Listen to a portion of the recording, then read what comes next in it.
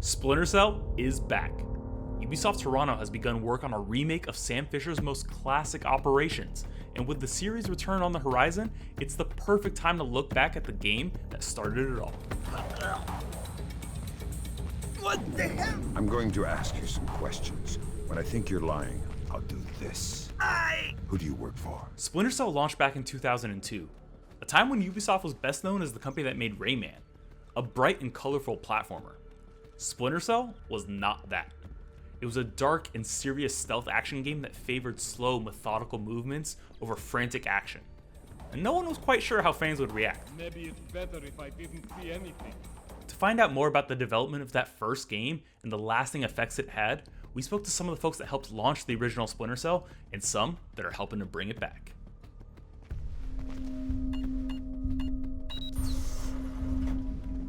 Sam Fisher. I can't believe you beat me here. I like to be early. Very first time we really understood that we had a hit in our hands is, I guess, when we were talking to Microsoft. Like, we had that feeling, that gut feeling, but it wasn't validated by anything, and we never had a hit before at Ubisoft, like not a big one like that. When Microsoft came to us and looked at it, they knew also something was up, and they were considering it for their E3 showcase at the time for showing off the Xbox. And it was super scary for us because we're like, how are people going to react? We don't know, because it's very dark. Is it going to come through nicely on the screen? Is it going to show off its colors? The feedback we received from E3 was so incredible, so it just gave us a huge push to get things done and get this game to the level of the expectations. Probably for E3 and for our competitors and for for players at large, it probably came out of nowhere. There was this whole, who is Ubisoft? It was a transformation of what Ubisoft could do and how they were regarded. That was very special because at that time at Ubisoft Montreal, we were producing games, but we were not in a AAA mindset at that time. And this game became somehow a great inspiration from the teams.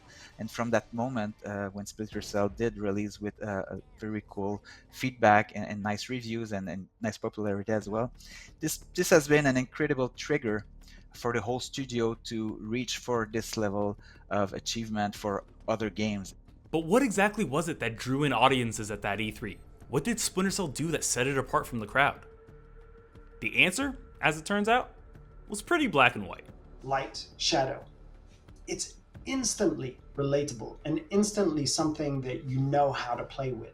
People paid attention because they had never seen such amazing visuals at first. That whole shadow and light was beautiful, and it was giving a dimension that they had never played with. And it had to do with the Xbox and the ability of the Xbox to render these dynamic lights with dynamic shadows and dynamic real-time shadows. And it was really the ambition of the team early on to push the visual fidelity of the game as far as we could. The way art and level design had to work together to deal with, how dynamic lights would affect the gameplay as well as the visuals was probably one of the biggest challenges of development. It was one of those times where a game came out and just really had a brilliant presentation that was so critical for the actual design itself.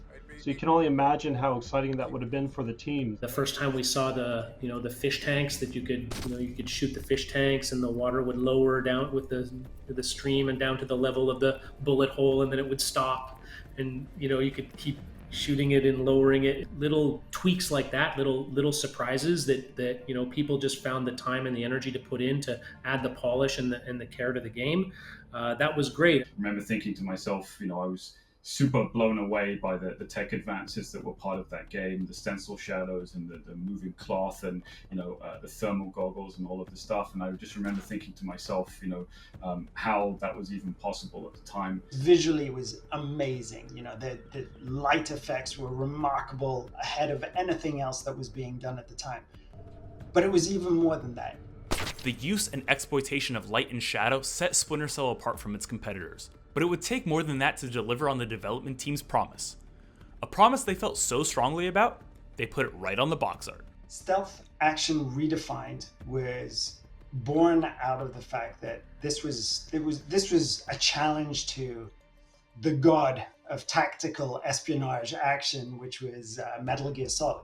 It was really the mission that Splinter Cell set out for itself. It was, okay, if we're going to take espionage, if we're going to take stealth action, how are we going to position that in a way that fits the Tom Clancy brand values as well? We had Rainbow Six. Redstone was working on Ghost Recon.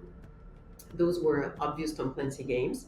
But Splinter Cell came from Montreal, and Montreal wasn't working on Tom Clancy at the time.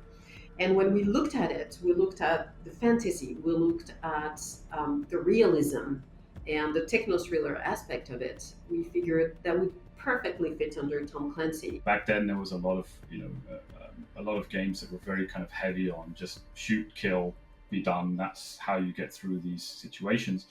Splinter Cell made you slow down, it made you think, it made you kind of try to understand the threats that were ahead of you, and it layered all of those features together. And it rewarded players for thinking differently, for being a bit more kind of patient with the way that they chose to solve those situations. The idea of being the one who can make the difference, who can go into those places that no one's supposed to be able to go to and do what no one's supposed to be able to do, that's an incredibly powerful fantasy, and it's a lot of fun to be that person. We used an actor that was a recognized person. That was new at the time. Anybody have a line back to third echelon? I'm here, Fisher. What the hell's going on? Nicolas just declared war on the U.S. What?